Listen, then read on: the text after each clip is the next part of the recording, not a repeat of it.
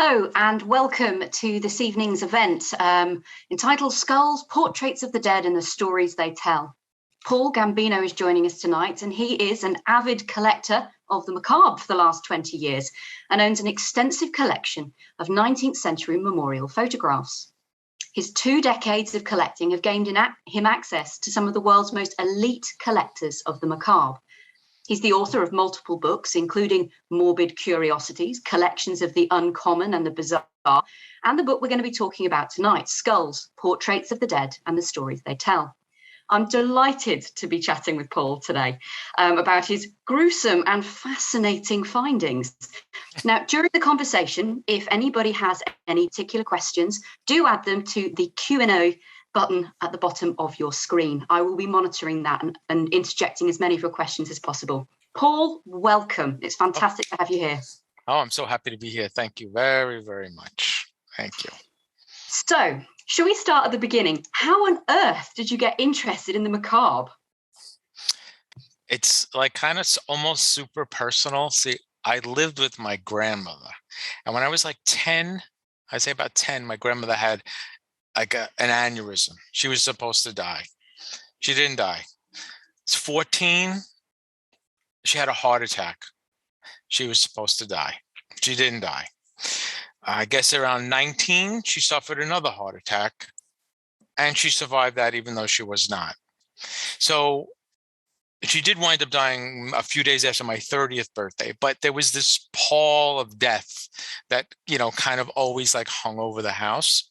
And my wife believes that that by me keeping, it's a way for me to control death by having all these things around me. Like, so if I can see living death, like memorial photographs and great, funeraria and stuff like that, it's some way for me to control something that I must obviously be really very frightened of, you know what I mean? So,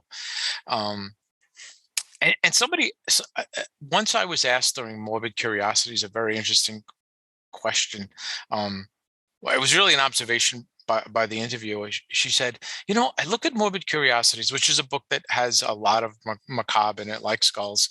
And she said, I find the collectors seem to be grappling with science and religion. And it really was really kind of true. It was really kind of like that. It was like, there's this whole thing about science and death and the finality of it. And there's only so much you can do medically.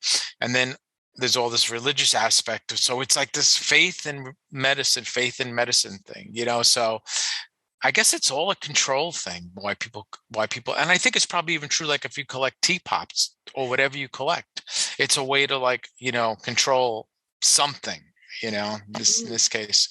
So I think that's what it is. So you don't actually collect skulls, but you collect these Right. memorial photographs. Can I ask, why these photographs? What is it that appeals to you about this particular type of collectible, I suppose? Yeah, I guess like a lot of collectors, the collection started larger, and then you start to say, well, look, I got to really focus on something, otherwise my collection just becomes, it just becomes too large. So it was post-mortem photos, and then through more research, I just became very fast. I have this thing about melancholy, I guess. So children, deceased children is really painful to look at. And, I don't have to tell a lot of your viewers, but, Victorian era, there was so many deaths of children between newborns up to like 2 or 3 because of disease and stuff like that. And, the only record sometimes of these children ever existing was this post-mortem photograph. So I really, and I felt that just to look at them, it's so beautiful how it's done, aesthetically and stuff like that. And it just really was like something I was drawn to. There's actually an interest, not interesting, but so that's how I had to narrow down my collection, and I was really drawn by the history of why these beautiful young children were, snapped away and, from life, and then, but they were photographed. But when I had my son, and when I had a really nice collection Victorian era children. When I had my son, my wife and I had a really big argument, and I in the heat of the moment, I scooped up and she was angry at that. She rose that as one of the issues. Oh, you're sick. You have a child, and look, and then to prove a point, I scooped up my collection. I threw it in the garbage. And to this day, I've rebuilt it, but I regret that not as much because they were great pieces, but you kind of like when you take these pieces on, it's a responsibility, to preserve them and to, have them, to respect them. So that's really what hurts me the most, that I threw these precious items away, for the families. Obviously the families are long gone, but, for me, there's just a lot of reverence in the, photographs of the dead, and not gory. I'm not in, that's not, crime scene. I like crime scene photos, and I have some, but that's a totally different. Yeah. There's nothing peaceful about it or anything. But, what's interesting with that is the idea actually that you were able to throw away some of that collection. Now, if you were collecting skulls, throwing away that collection wouldn't be as simple. So yeah. What with the sort of collectors that you started sort of speaking with, what was it that sort of you found so interesting about talking with these sort of skull collectors as a particular type of collector? What attracted you to this group? It seemed like the skull. If I could phrase this correctly, it's like every collector of the macabre has a skull. Not necessarily every skull collector collects macabre. So the way I went into this, since the first book was Morbid Curiosities, and so many of my friends and people I knew and acquaintances and were collectors of the macabre, and they all had at least that one skull. They all had to have one human skull, So and it's odd the way the book actually came out. I didn't intend to do the book. Somebody who appeared in Morbid Curiosities, who eventually didn't appear in Skulls, not because of me. He kind of just went MIA. He went to Lawrence King, who was a publisher, said, "Hey, you should do a book on skulls." So Lawrence King came to me and said, "Hey, you know all these people." And somebody said, "Why don't you do this book on skulls?" And it made total sense to me. And another reason why Skulls as a book is that, and this would be, and it's actually international, but the Americas and the UK are pretty close a lot on pop culture. I mean, the skull is so entrenched in our cultures. Everything from the pirate ship. But actually, you know what? An interesting thing, and this is what I'm told, that the pirate ship, the skull and crossbones on the pirate ship is not really accurate. Supposedly pirate ship flags were black. It became like a Hollywood thing or something to put the skull and crossbones on it. But we kind of think of that. All right. So, then obviously there's poison.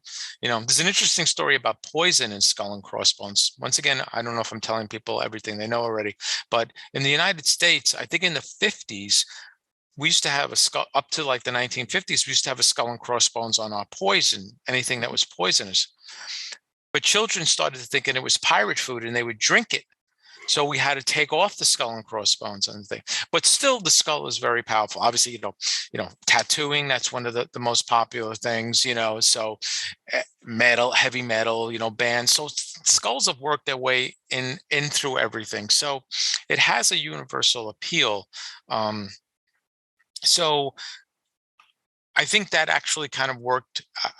It worked its way into macabre collecting also, that appeal, and so many collectors,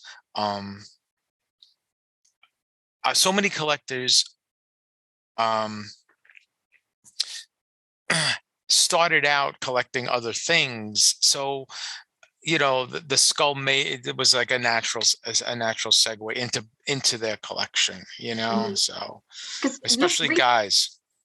Yeah, like it's interesting reading your books, actually reading both of those books. I can see now how Skulls has sort of emerged, like you say, from that kind of macabre curiosities where there's a broader collecting, and then there's this sort of focusing in on sort of skulls.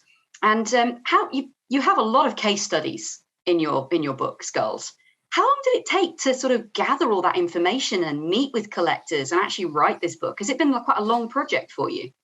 Yeah, this was a longer one, and see, I could have made this book.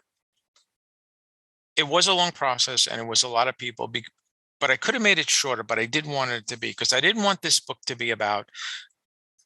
There are people in this book that have one skull, and then there are people in this book that literally have hundreds of skulls. And I'm sure everyone finds it, some people might find it more interesting, the person that has one skull. Like, well, why do you have one skull? I understand why somebody might have 20 because they're a collector of skulls, but why do you have one skull? So the book did take a long time, because if I just wanted it to be, in 10 minutes, I could pick 10 people I know that have hundreds of skulls, and I could have filled up every page and shot them in 2 weeks. You know what I mean? But the idea was to try to get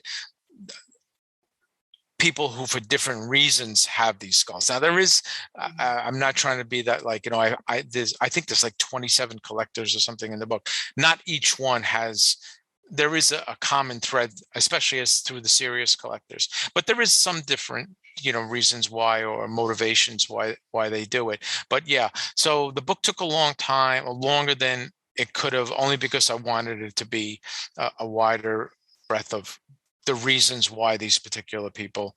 And it, as you can probably imagine, was harder to track down the person who had one skull than the person who had the collector, because the collectors very freely come out and say, oh yeah, I have this collection, I would love for you to show it. Whereas certain people that have one skull, they were very protective, because they don't want people, for some reason, not for some reason, certain people, there might be a stigma to it. And they're like, well, I don't necessarily want to have the stigma that I have a human skull, when it's really just that's not my thing, but that skull is my thing, So that's a long-winded, I guess, answer to your question of how long it took, but that's why it took longer, That's great. And I think, certainly from my sort of reading of these different cases, you really get a feel for those different sort of, like you say, that different range of sort of motivations and stories behind these sort of collections. And I think this is a really good moment to start sharing some of the images sort of from your book. They're coming up on the screen now. So, okay. Well, this is just a few. If you want to start on this page, I just put this together real quick. This is just whatever 9 of the 20 plus people that are in the book. And the reason why I chose these people is just to show that, just by physically, if you're going to make an assumption, how different, the collectors are. So that's who's appearing on the left, at the top left. That he's actually an opera singer. Brandy is, I'm sorry, I don't know what it is, but Giovanni is Italian. The leather jacket guy. He has a beautiful small museum in Italy. The couple in the middle and the bottom are Ryan and Regina Cohen. They're relatively famous in the macabre collecting. Oh, if you remember, there used to be a show called Obscura. I don't know if anybody remembers that. Ryan Matthew was one of the people on Obscura. That's how he came to be. So yeah, I mean, it's one person there. I won't say one person's a policeman there. I'm not going to say who the policeman is, but so it's a wide range of different people, and there's a lot more in the book. Yeah, Jill, we've got a great question here from Rebecca. She's actually asking, why do you think it is that men are more likely to have collections like this? Okay, it is true. Now, it's not necessarily true that there are more, but it's not necessarily true that there's a lot more men collecting the macabre, but there is a lot more men who collect skulls or featured in it. There's an interesting hypothesis of why I think that is. Not that I'm so interesting that I came up with it, but I've gotten it from somewhere else, and I think it applies. Because this came up in Morbid Curiosities, there's almost a 50-50, which is a previous book that it's not just skulls, it's people that collect them. It's about a 50-50 male-female.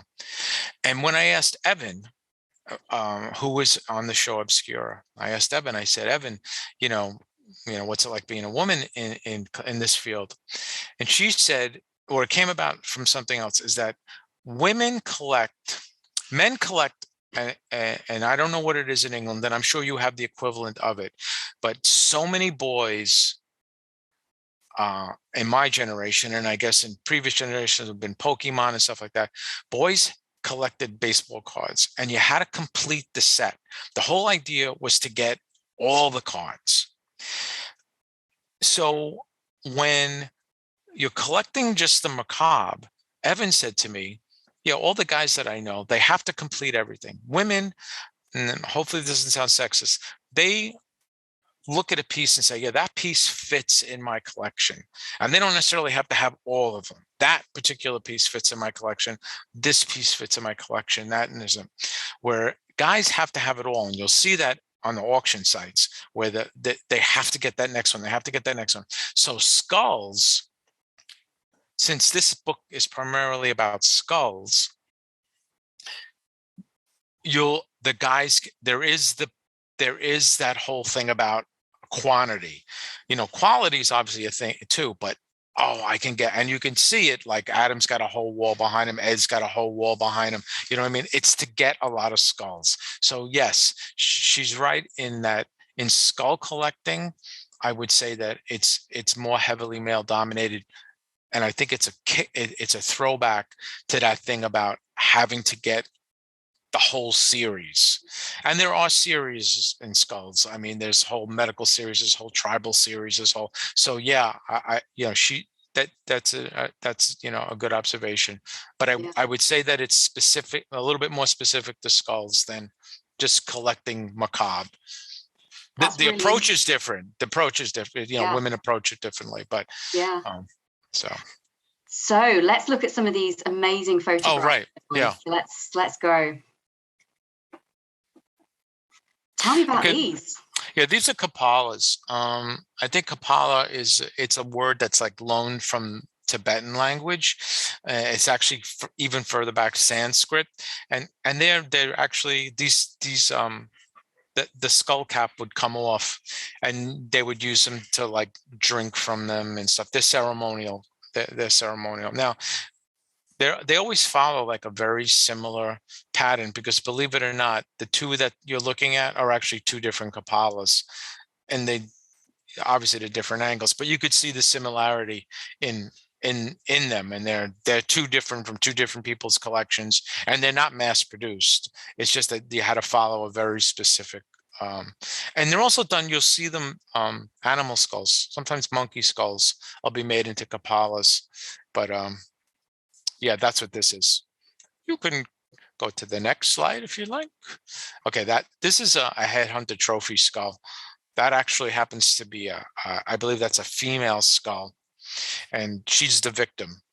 And sometimes they would adorn the skull or whatever with animal horns, and that's the case here.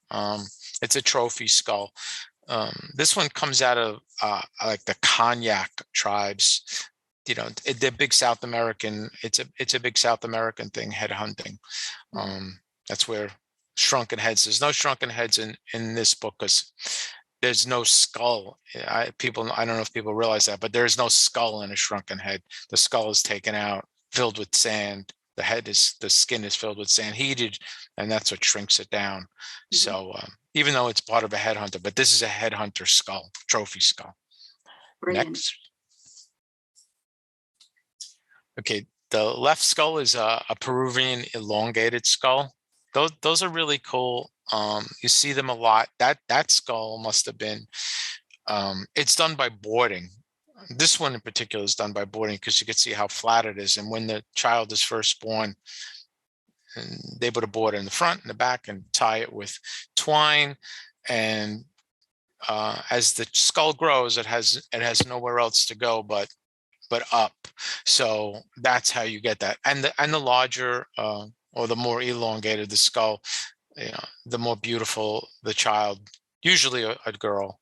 And but you could see how sometimes this is actually a very old one. This is like 100 BC. Um, how early archaeologists thought that these were alien skulls, so you could see how they could cut, before they knew of the whole tradition. The one on the right, I actually got to look up. It's an Ekal skull. That's a tribal skull. The interesting thing about this skull is that there's a skull underneath that. That's not skin. That's not human skin. That's been wrapped in other animal skins, and it's used. It's a ceremonial skull. It's obviously, I believe this one is used to ward off, you know, evil spirits and stuff. It is kind of actually, E. Cole, I should look that up. I think I have that in a note. I think E. Cole actually means something. Oh yeah, I'm terrible. That's a typo. It's Ekoi. It's an I. Yeah, and that's antelope skin. It's wrapped. That's an African, and you could see the difference between this is an African skull, and the previous one was South American. You could see the difference in how the skulls are treated. So that's an interesting thing. This does have kind of an African feel to it, and so that's pretty interesting. And it's also interesting if you ever go to here in New York, we have the Natural History Museum. You'd be surprised how similar the treatment of skulls and masks reflects African. You would think that you were an African exhibit. So little side note. Next, please. And this is the weirdest, really odd thing. Yeah, this is from Giovanni out of Italy. It's called a well, it's a musical instrument. This one's about from the 1800s. It's kind of like a string instrument anyway, but the way they would do it is they would cut the cranium off, and then they would put animal skin over it, almost like kind of like a drum, and then they would use antelope horns, attach those to it, and then string it, and it becomes a musical instrument. There's not that many of them out there, as you can imagine. Well, I'm sure black market wise people might make them now, quote unquote, but this is an original, and yeah, it's a musical instrument made out of a skull. And when I say the black market thing, you'd be surprised. I mean, years ago, and not that long ago. I mean, I'm old, so it doesn't seem like that long ago, but like 100 years ago, as early as 100 years ago, you can go to you would be able to go to Egypt and buy mummies, literally just buy a mummy and bring them back. So there was also plenty of like even shrunken heads and pieces like this. They were called tourist pieces, and although they were never used in the actual ceremonies, they were created by the actual tribes, but they were sold to tourists. So, Paul, I've got another good question that actually sort of ties in with this particular sort of image, and it's anonymous, asking, what's the most surprising item that you found in one of these collections? Is it this as a musical instrument, or is it something else? Well, as you would imagine, sometimes it's usually the story that's attached to the skull that makes it the most like. There's two.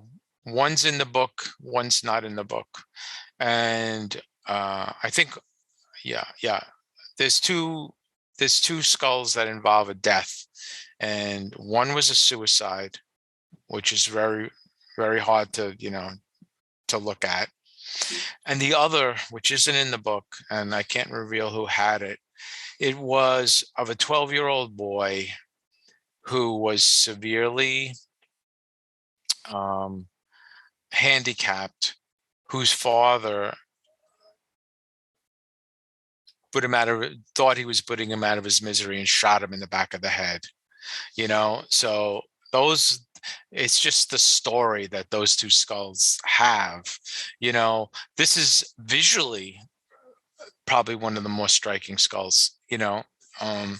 but it's, and and like you could say, well, why isn't that headhunter victim skull, as touching to me or to you? And I guess it's just because it's somewhat slightly removed. The potential of me being killed by a headhunter tribe, you know what I mean, is a little bit more removed than me deciding, you know what, I just can't deal with this anymore, I'm going to kill myself, or having to deal with someone's unspeakable pain that you just understand why the father just couldn't deal with seeing his child, and you know what I mean. So that's the two things. I mean, this was definitely one of the more and it came in late. It was one of those things where Giovanni said, oh, and I was like, this, for lack of an old term, stop the presses, we got to get this in, you know what I mean, and it was, it replaced something else because it was just so great. So yeah, visually this is a great skull, and I don't know, this came in from Anonymous, I guess, so I don't know if Anonymous has the book, but you'll see a skull at the end, the Saint Vitalis skull, which also was like, oh my god, I can't believe that exists. So yeah, there's different reasons why, and it would be different for Anonymous or anybody, or even you, Ruth. You might look at one and say like, yeah, well, that's visually something, but the story behind this one, and is really touching, or really I connect with. It's really interesting hearing you say that, Paul, because you think about the visual, you think about items, and they can be meaningless to one person if they don't know the story. So it's those stories that give some of these sort of items or some of these human remains real power, I suppose. I could give you two quick stories on that. One is in Morbid Curiosities. There's two of my favorite pieces in that thing. One is, remember those toys? And I'm going to hold my hands up where you would go. It was like a little guy, like on a spinning, like a trap, and you press it, and he would spin around. Mm-hmm. And it's an old one. It's like from the early 1900s, and it's there, and there's a little piece of paper next to it. And it's like, well, why is it in the book? And then when you read the caption says it was a note, and I think it was written from the aunt to the nephew, and it said, this is the last toy your mom played with before she died. So now all of a sudden, this little toy is just like, oh my God, you know what I mean? And then there's this thing called the Jar of Insanity, which, if you look at it, it's a big jar. It's like that big. And there's thousands and thousands and thousands of precisely torn $1 bills, like in these pieces, someone who was just so obsessively compulsive in an institution that stood there and ripped these things. You know what I mean? So like, it's just like, it's just like, they don't have to be, it's a jar full of ripped up dollar bills and then a little toy, but my gosh, like you're saying. And then really quickly, another thing, I had the opportunity, this is a very long story, but I'll make it short. I had the opportunity to buy an incredible collection of crime scene photos. Incredible. But what I eventually was, when I got there and everything like that, I found out that they were the single print struck off of because he was the crime scene photographer between 1940 and 62 in New York. These were the pictures that were struck off his original, but the difference being, when you turned them over, there was no data on them. You didn't know who they were. You didn't know what the crime was. So I wasn't into just collecting a bunch of morbid. These are these people in the worst time of their life, so it just became a collection of morbid images, and that's not what I'm into. Yet, if it had the story behind it, now all of a sudden it's a little piece of history, and you can understand it. You can identify it. You know what I mean? So yeah. I totally am in sync with you with that. It's what the piece. How the piece had its relevance to the book or whatever that makes it so special, or why it's in there. It also sort of shifts just from what you're saying there. It's those photographs, for example, without the information become almost voyeuristic. Yeah, exactly. And that's slightly different to that sort of respectful collecting of items of various sort of horrors. Perhaps. Yeah, it's totally. We've got another question here from John Jones before we go on to another of your fabulous images. Oh, yeah, no problem. And John asks, how has or was collecting affected by the pandemic? Yeah.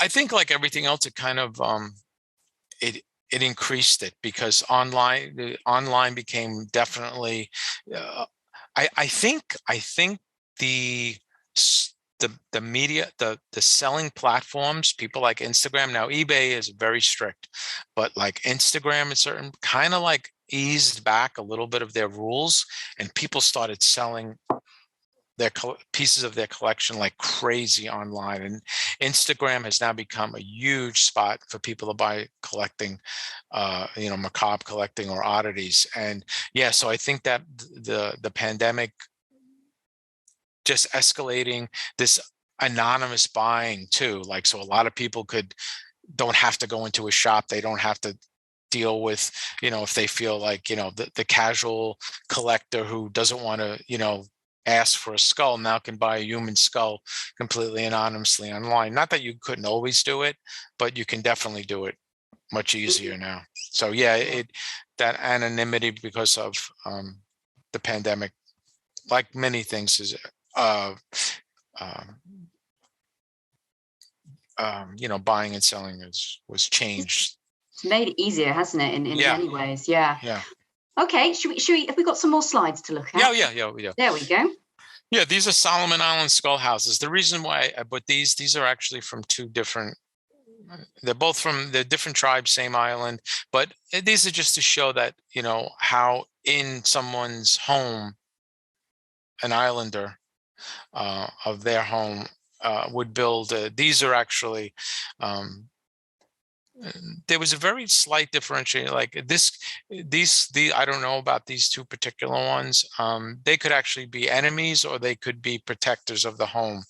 uh, I'm sure if I asked the collector, he would immediately be able to tell me, oh no, this is an enemy because there's these shells in it or whatever, and this is a protector because it is. But I just thought these were definitely interesting because this is how they're in their environment, um, in their actual environment. This is how they're displayed in someone's home, in the that not the collector's home, in the indigenous person's home. Fantastic. Next, please. Okay, this is trepanning. I should have actually given you a shot of, if you're not familiar with trepanning is, and trepanning dates back to like Egyptian times. It almost looks like a not a corkscrew.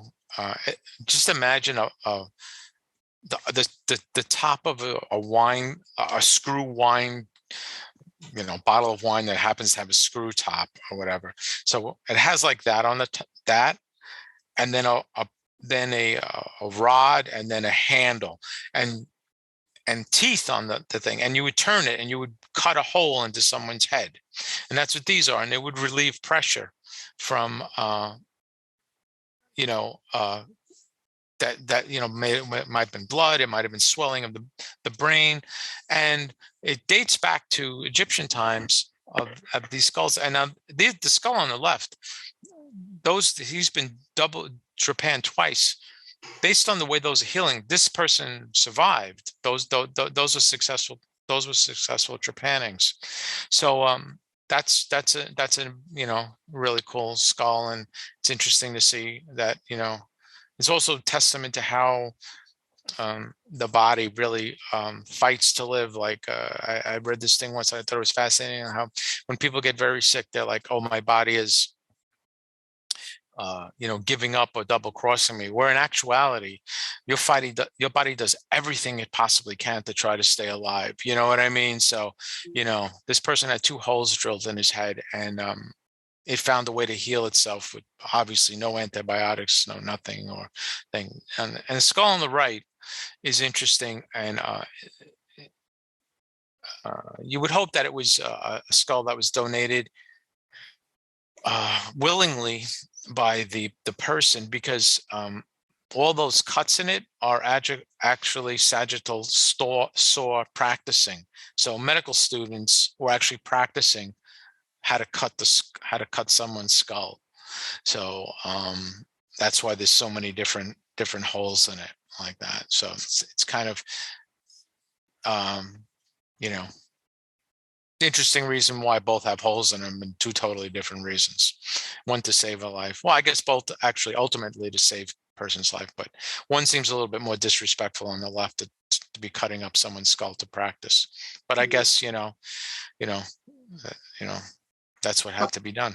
Becomes a learning tool, effectively. Yeah, absolutely. That's why we have. Yeah.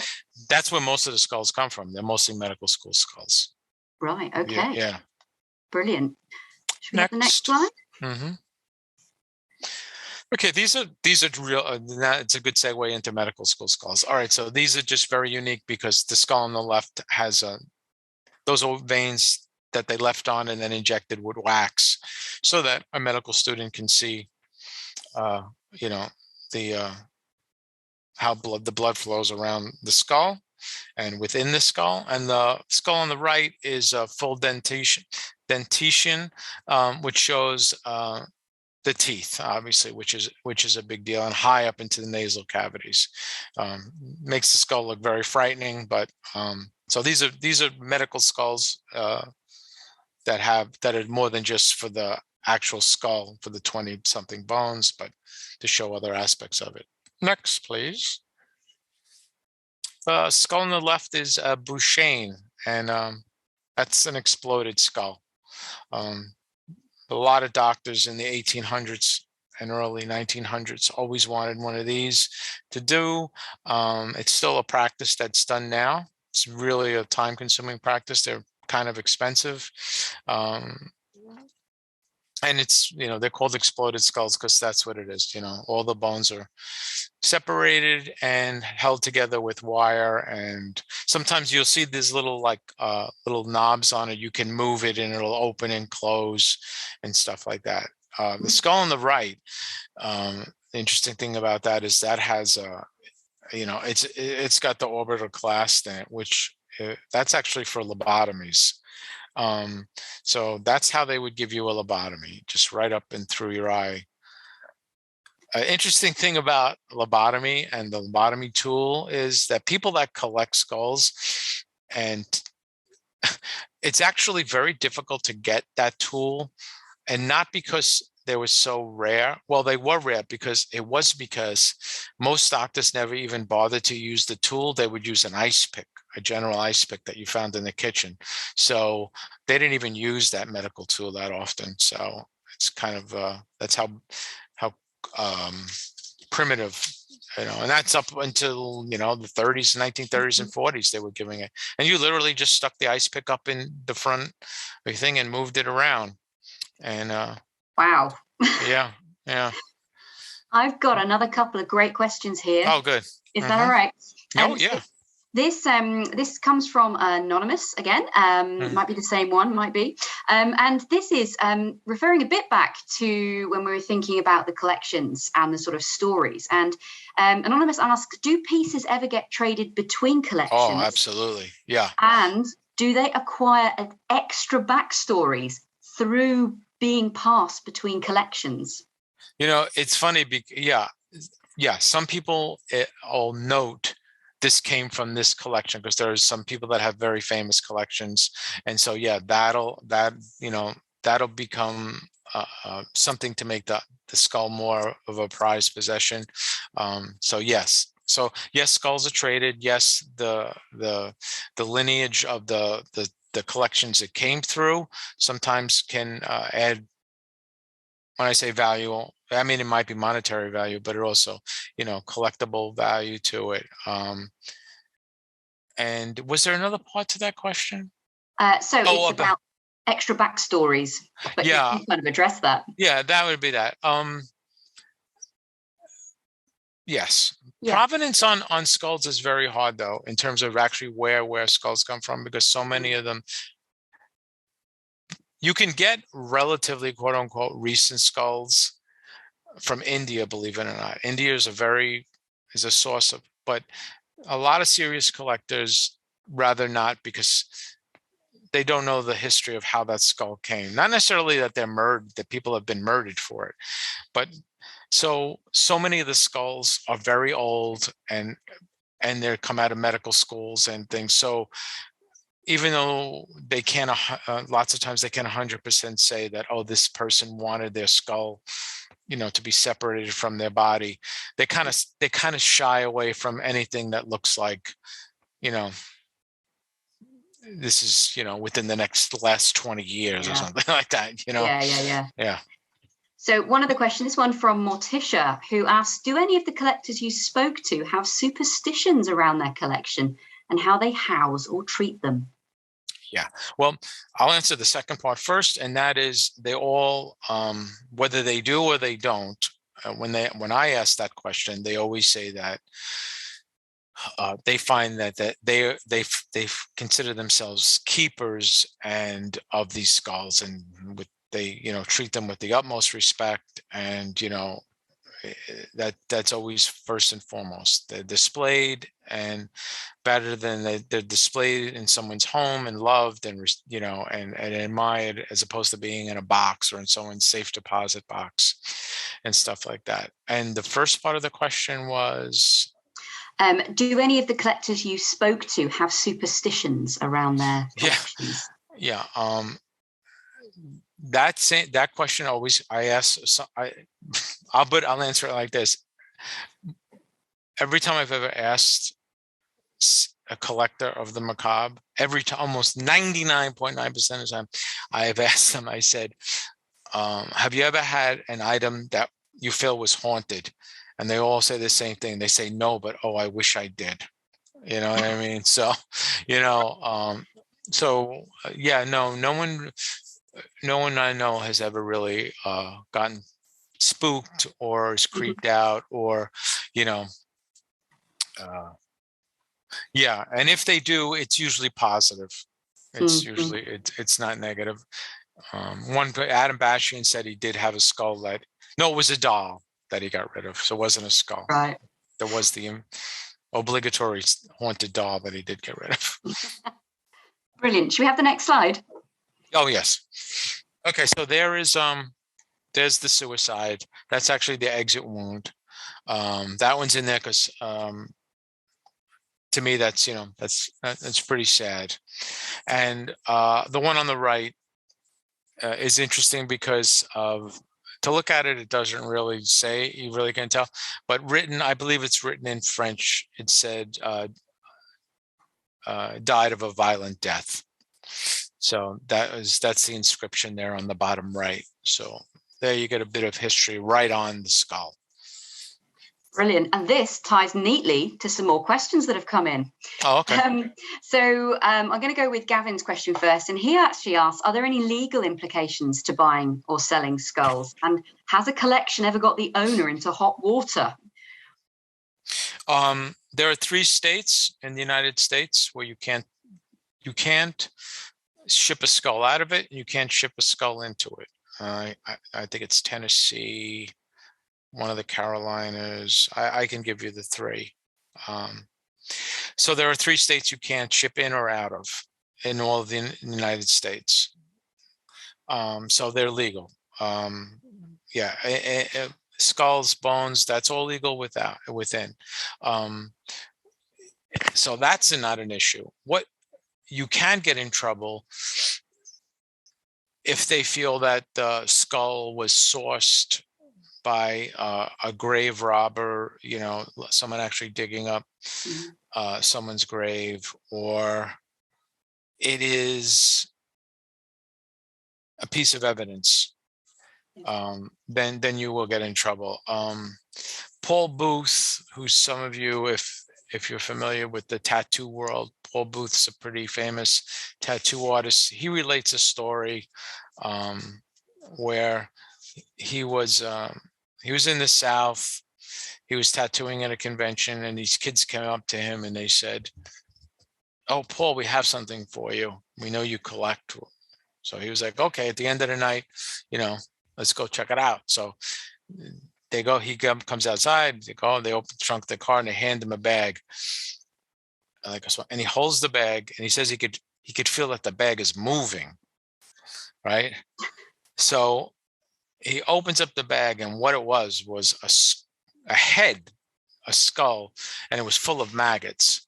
So he said, "Look, you just take this thing away from me, and I don't want to know anything about it. So obviously these kids dug up a grave.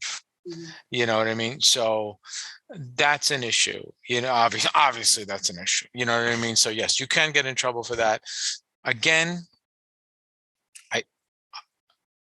I know this, as Ruth mentioned, or someone has mentioned, that I've been around this group of this genre of collecting for a while, and it protects myself and it protects them. Like anybody that allows themselves to be shot knows the deal, knows the laws, knows what, has the ethics, and you know what I mean, it is not going to risk, because some of these collections are literally worth, up to $1 million or so. You know what I mean? They're not going to risk. And believe me, the government comes in, they're not going to say, okay, this is okay, that's not okay, this is okay. Let's take everything. You know what I mean? So, I'm sure there are people that get certain pieces illicitly, and I'm not trying to make the comparison because it's not, but there are people that buy, black market art too, stolen art. So yeah, it trickles. I'm sure it happens here, but I can assure you that the people that are in this book are the people that, and I know that contradicts to some of the things I said that they're going to show, but I might not have actually said that on camera. So we can continue to the next slide. Yeah. Okay, these are the last two. And this skull on the left is the person had syphilis. And syphilis, back before penicillin, destroyed bone, especially face and nose. You'll see plenty of photos of men and women who have lost most of their face. I don't know why it attacked their face, their skull, and their face so aggressively. And it's somewhat interesting that you could lose a tremendous amount of facial bone and survive. So these people were walking around, for lack of a better term, very disfigured, almost monster-like, because everything was gone, all the bones were gone. But you can live. I mean, you don't really need those. You might have trouble breathing and eating, but you can live. You could see the syphilis in the forehead area and up higher in the cranium and stuff. This is an extreme example, but it's a sought after skull because it does show. Diseased skulls are definitely sought after. And then the skull on the right is the skull of Saint Vitalis. And I didn't do this on purpose; it just happened to be. But briefly on the skull of Saint Vitalis, one interesting thing about, all right, I'll tell you this. Saint Vitalis is the patron saint of venereal disease. So that's kind of fitting. And I didn't even realize it, that I put him next to syphilis. So he's this patron saint of venereal disease. And hence why there is a theory of why he separated. The owner of the skull believes that potentially, and it makes somewhat sense, that the reason why Saint Vitalis' skull is separated and is not with his body any longer. And I have to make a note, this skull is in someone's personal collection. All these skulls are in people's personal collections. Nothing's in a museum. That's not the point of this book. This book is that these are people's personal collections. Saint Vitalis is the only skull that is not in a Vatican sanctioned place, or reliquary, which makes it super weird that he has this skull. But Christian, who is that's his name, who owns Saint Vital, as he would say, is the keeper of Saint Vitalis, believes that the head was taken off of because Saint Vitalis had a kind of a checkered life, and hence why the venereal disease connection to him, and figured maybe if they chopped his head off, it would separate the sins of the body from the head. So Saint Vitalis is immortalized in this reliquary without the temptation of the rest of his body. So that's a few of the skulls that are in the book. Believe me, that's very few of them, but kind of gives you an idea of some of the categories that are in the book. and Yeah. that people collect. And for anyone who's sort of more interested in learning more about this last saint skull, we have actually, York Festival of Ideas team has circulated the sort of YouTube sort of video. It's about 7 minutes long. So if you want to learn more and hear from Christian, then I do encourage you to watch that. Okay, if we could close the slides, that would be great. Yep. And I think we've got time for just a couple of questions. We've got another question. Oh, sure. And it sort of touches on something that we started thinking about a little bit earlier on, and that's about the ethics in skull collecting. Because we're talking about this sort of trading or collecting human remains. You know, in your book, you do actually sort of get some of your collectors to talk about sort of their ethics and things. Can you just tell us a little bit more about that? Yeah, and I always ask, you know what I mean? And there's a few reasons that people, oh, I shouldn't say reasons. I'll give you the ones that most commonly come up.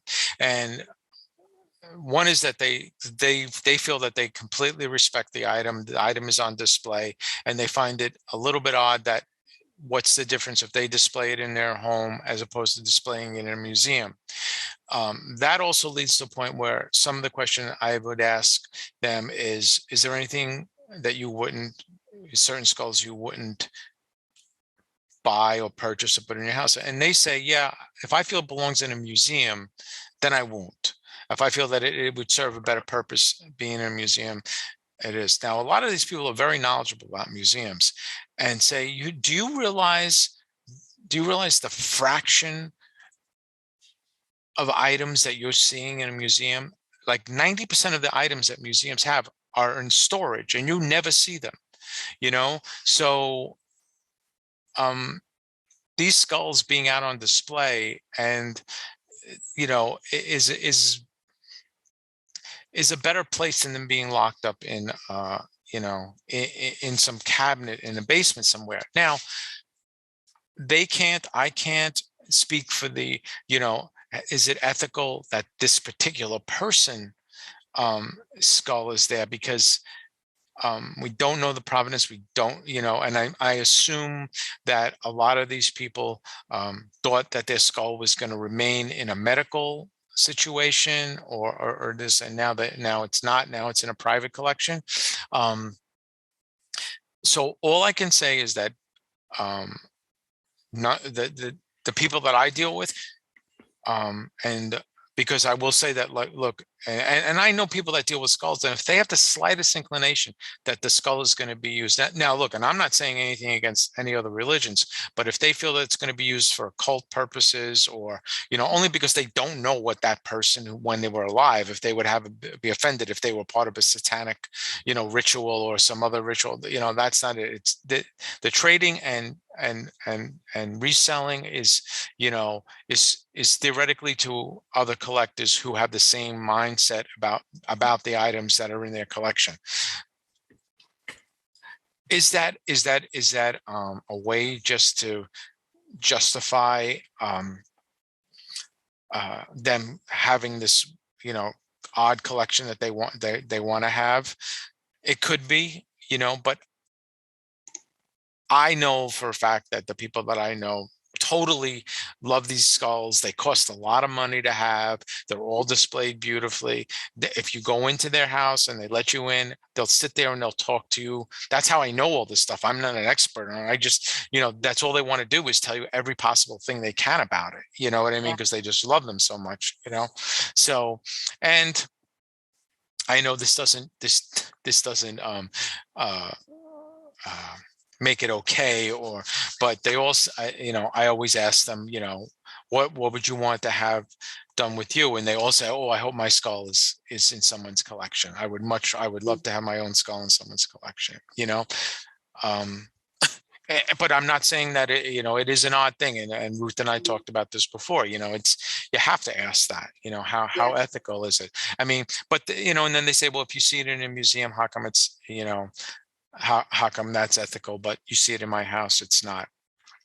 So it's an oversimplification, possibly. Yeah, you know? It's a tricky one, isn't it? And I think there's those sort of questions relating to sort of museums being approached by Indigenous groups to sort of retrieve their remains from private collections. It remains sort of a controversial topic. Now, I'm aware of the time, so I'm going to end on Nicola's question. Okay. You talked about your collectors knowing what they want to do with their skull, but what about you? Would you have your skull put in a collection? You know, that's a good point. I just recently came to a thing that I don't want to be. I don't want to be buried because I think it's going to be too claustrophobic. But who is this Nicholas? It's Nicola. She's asked a question. She's Nicola. She's I think you just brought up something. I never thought of that. I thought it was going to be cremated, but now I'm thinking, you know what? Because I wanted to sit on a mantle, but now I'm thinking maybe I would much rather have my skull sitting in someone's collection. So I have to thank her for my eternity might be deemed by your question about where my skull is going to be. Yeah. So thank you for that, Nicola. And you might need to talk to your wife about it.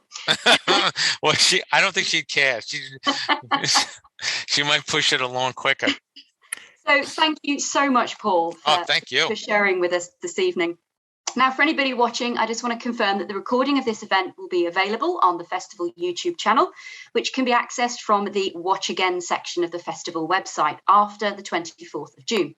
You'll be contacted by email when the video is available to view.